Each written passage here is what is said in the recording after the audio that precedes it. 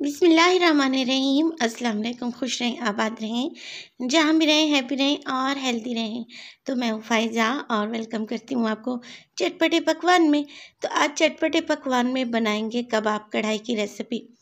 खाना तो हम रोज़ ही घर में बनाते हैं, अगर उसी खाने को थोड़ी सी वेरिएशन के साथ बनाया जाए तो आपकी फैमिली भी खुश हो जाएगी और खाना बेहद लजीज और मज़ेदार तैयार होगा।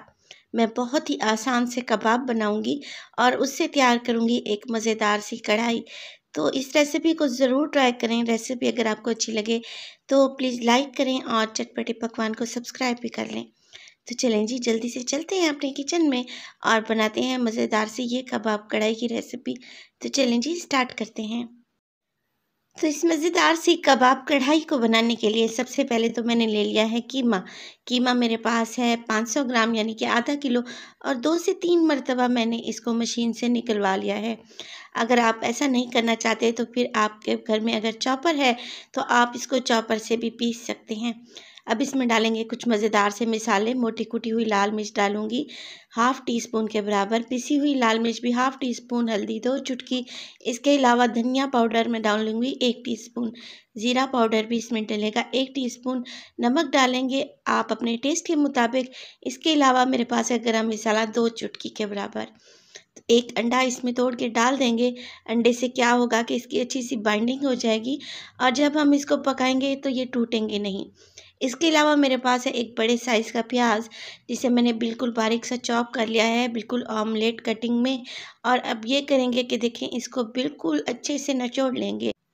तो इसका सारा पानी हमने यहाँ पे ड्रेन कर देना है। चाहे तो मल का कपड़ा इस्तेमाल कर लें, उससे भी अच्छे तरीके से इसका पानी निकल जाएगा।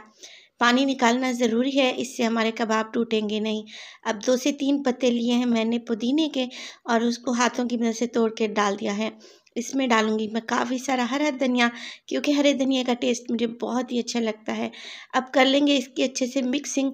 मगर मिक्सिंग करने से पहले एक चीज़ मैं इसमें डालना भूल गई, और वो है अदरक और लहसुन का पेस्ट। तो ऐसा हो जाता है, इससे कोई मसला नहीं है। अदरक और लहसुन का पेस्ट मैंने शामिल कर दिया है इसमें 1 टीस्पून, और दोबारा से अच्छे से मिक्सिंग कर लूँगी। तो देखिए, यहाँ पे कीमे की मिक्सिंग हो चुकी है। अब इसके बनाएंगे मज़ेदार से कबाब। तो कबाब को आप कोई भी शेप दे सकती हैं। मैं यहाँ पे देखें कबाब की शेप इस स्टाइल से रख रही हूँ। आप चाहें तो इनको गोल बना सकती हैं, इसके अलावा आप इनको चपटा भी कर सकते हैं। तो ये देखिए, मज़ेदार से कबाब यहाँ पे सारे मैंने तैयार कर लिए हैं। चले अब इनको करते हैं हम फ्राई। तो फ्राई करने के लिए सबसे पहले तो मैंने ऑयल को गर्म करने रख दिया था मीडियम टू लो फ्लेम पे, क्योंकि यहाँ पे हम कच्चा कीमा इस्तेमाल कर रहे हैं, तो हम फ्लेम को बिल्कुल लो रखेंगे। और एक साथ ही सारे कबाब हमने ऑयल में नहीं डाल देने, बल्कि थोड़े थोड़े से करके हमने यहाँ पे फ्राई करने हैं। और देखिए, यहाँ पे आपको ऑयल के बबल्स से अंदाज़ा हो रहा होगा कि ऑयल का टेम्परेचर कितना है। तकरीबन 4 से 5 मिनट के लिए मैं इनको एक साइड से पकाऊंगी और 2 से 3 मिनट के लिए दूसरी साइड से भी इनको अच्छे से पका लेंगे। इनका कलर हल्का गोल्डन हो जाएगा तो फिर हम इनको निकाल लेंगे, इससे ज़्यादा हम इनको नहीं पकाएंगे। तो ये देखें, दोनों साइडों से इनको कलर आ चुका है और ये अभी हाफ डन हुए हैं, कंप्लीट ये अभी पके नहीं हैं। तो इनको एक प्लेट में निकाल लूँगी और इसी तरीके से बाकी कबाब भी फ्राई कर लूँगी। अब जो बचा हुआ ऑयल था उसी में मैं डालूँगी 1 टेबलस्पून मेरे पास है सफ़ेद ज़ीरा। इसके अलावा 2 स्टिक है मेरे पास, देखें, छोटी-छोटी सी दालचीनी की, और इसके अलावा 1 बड़ी इलायची है। ये हम डाल देंगे ऑयल में, इससे हमारा मसाला बहुत ही खुशबूदार बनेगा। 2 मीडियम साइज़ के मैंने प्याज लिए थे, जिनको मैंने चॉप कर लिया था चॉपर में डालकर, और ये भी डाल देंगे। आप यहाँ पर प्याज का पेस्ट भी इस्तेमाल कर सकते हैं। अब हमने प्याज को यहाँ पे लाइट गोल्डन फ्राई होने तक पका लेना है, बहुत ज़्यादा डार्क कलर नहीं करेंगे। हल्का सा गोल्डन कलर आएगा तो हम इसमें शामिल कर देंगे 2 बड़े साइज़ के टमाटर थे, जिसे मैंने मिक्सी जार में डालकर अच्छे से पीस लिया था, और इसमें मैंने पानी भी शामिल नहीं किया था। इसमें डालेंगे अदरक और लहसुन का पेस्ट 1 टेबलस्पून, और अब हमने इन चीज़ों की अच्छे से भुनाई कर लेनी है, ताकि टमाटर का पानी भी ड्राई हो जाए और अदरक और लहसुन भी अच्छे से भुन जाए और एक प्यारी सी खुशबू आने लगे। 3 से 4 मिनट तक इस मसाले को भूनने के बाद इसमें डालूँगी मैं 1 टीस्पून नमक, 1 टीस्पून सुरख मिर्च का पाउडर, इसके अलावा डालूँगी हाफ़ टीस्पून हल्दी, और ये है धनिया पाउडर 1 टीस्पून, ज़ीरा पाउडर भी जाएगा इसमें 1 टीस्पून। तो ये सारे घर वाले मसाले हैं जो कि हम घर में इस्तेमाल करते हैं और ये आपको इजीली आपके किचन से ही मिल जाएंगे। मसाले डालने के बाद हमने इसको भून लेना है 2 से 3 मिनट के लिए। आप देख रहे हैं मसाला बहुत अच्छे से भुन चुका है और जो गरम मसाले मैंने पहले इसमें शामिल किए थे बहुत ही अच्छी सी खुशबू आ रही है। तो देखिए अच्छे से भून लेने के बाद हाफ़ कप मेरे पास है दही। दही को अच्छे से फेंट दें और मसाले में शामिल कर दें और दोबारा से इसकी भुनाई शुरू कर दें जब तक कि दही का पानी खुश्क नहीं हो जाता। तो दही डालना लाजमी है, इससे हमारी जो ग्रेवी है बहुत ही क्रीमी और मज़ेदार बनेगी।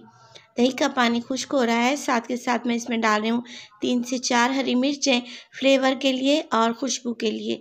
तो हरी मिर्चें मैंने काट के नहीं डाली बल्कि साबित ही डाल दी हैं। और अब ये देखिए ऑयल ऊपर आ चुका है, मसाला भी अच्छे से भुन चुका है। इसमें डालूँगी मैं फ्राई किए हुए कबाब। तो कबाब इसमें शामिल कर दें और हल्के हाथों से इसको मिक्स कर लें। अब यहाँ पे मिक्सिंग करने के बाद आपने ज़्यादा चम्मच नहीं चलाना। अब हमने यहाँ पे इसकी ग्रेवी तैयार करनी है। तो ग्रेवी आप अपनी मर्ज़ी के मुताबिक यहाँ पे रख सकते हैं। मैं यहाँ पे 2 कप पानी इसमें शामिल कर रही हूँ ताकि जो कसर कबाब में रह गई थी वो भी अच्छे से पक जाए और एक मज़ेदार सी ग्रेवी भी तैयार हो जाए। तो 2 कप पानी डालने के बाद मैं इसको 5 से 6 मिनट के लिए दम वाली फ्लेम पे रखूँगी और 5 से 6 मिनट के बाद देखें कितनी मज़ेदार सी हमारी कबाब कढ़ाई यहाँ पे तैयार है। आप चाहें तो इसकी ग्रेवी को बढ़ा भी सकते हैं और आप चाहें तो इनको भूनकर बिल्कुल ड्राई भी कर सकते हैं। तो ये देखिए माशाल्लाह से यहाँ पे मुझे इतनी ग्रेवी चाहिए थी। इस पे डालूँगी मैं हरा धनिया, बारीक कटी हुई हरी मिर्चें और साथ के साथ इसमें डालूँगी बारीक कटी हुई अदरक। गरमा-गरम सर्व करेंगे इसको रोटी के साथ या नान के साथ या पराठे के साथ। आप इसको सर्व करें तो खाकर आपको मज़ा ही आ जाएगा। तो रेसिपी को ट्राई किया करें और अपना फीडबैक दिया करें कि आपको मेरी रेसिपीज़ कैसी लग रही हैं। और अगर आपको अच्छी लगे तो प्लीज़ लाइक किया करें और चटपटे पकवान को सब्सक्राइब भी कर लें और अपने फैमिली और फ्रेंड्स में भी शेयर करें। तो अपना बहुत सारा ख्याल रखिएगा, फ़ायज़ा को भी अपनी दुआओं में याद रखिएगा। मुझे दीजिए इजाज़त, टिल देन अल्लाह निगहबान।